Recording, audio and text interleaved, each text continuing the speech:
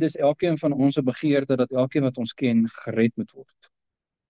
Jy weet wat ons nie kan doen nie. Ons kan nie bid dat iemand gered moet word nie, want dan is dit maklik. Dan kan ons net bid en almal sal gered word. Ons moet praat. Geloof kom uit die gehoor, en die gehoor kom uit die woord van God. As mense nie hoor nie, kan hulle nie glo nie.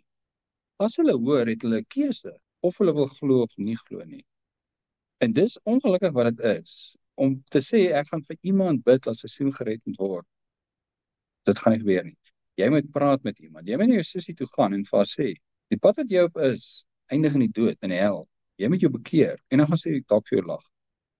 En dan moet jy weer gaan. En dan moet jy weer gaan. En jy moet sê, Vader, lê woorde in my mond dat ek weet wat om vir haar te sê. En hy sal dit doen. Maar die keuse bly nog by die mens. Dit maak dit baie moeilik. Ons sê baie keer, God weet, hy sal sorg. God is in beheer. Dit sal gebeur. God se wil sal geskied. Dit sal nie. Dan sal almal gered word. Maar dit is ons taak. Dis ons roeping. Wat moet ek doen, Vader? Jy moet gaan praat. Jy moet die evangelie gaan verkondig. So, dit klink nou vreeslik as ek dit sê, maar vir ons om te bid dat asiel gered gaan word, gaan nie gebeur nie. Want dit kan nie. Hoekom nie? Dis ongeregtig. Dis 'n keuse. 'n Mens moet 'n keuse maak. Dis geregtig. Ons het onsself uit die koninkryk uit gekies, ons moet onsself weer in kies. As ek kan kies om vir iemand te bid dat sy siel gered moet word en dit gebeur, moet dit met almal kan gebeur. En as dit met almal gebeur, maak niemand 'n keuse.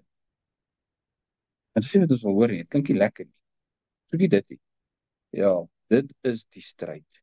Dit is die hoë roeping waarvoor ons geroep is. Dis vir mense wat verlore is, en dit maak nie saak wat sy gedoen het nie, ons almal het iets gedoen.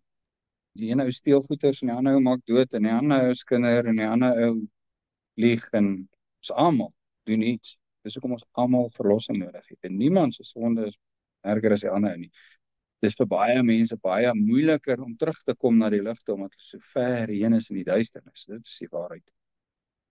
Maar ons is almal ewe verlore. Ons is almal ewe verlos.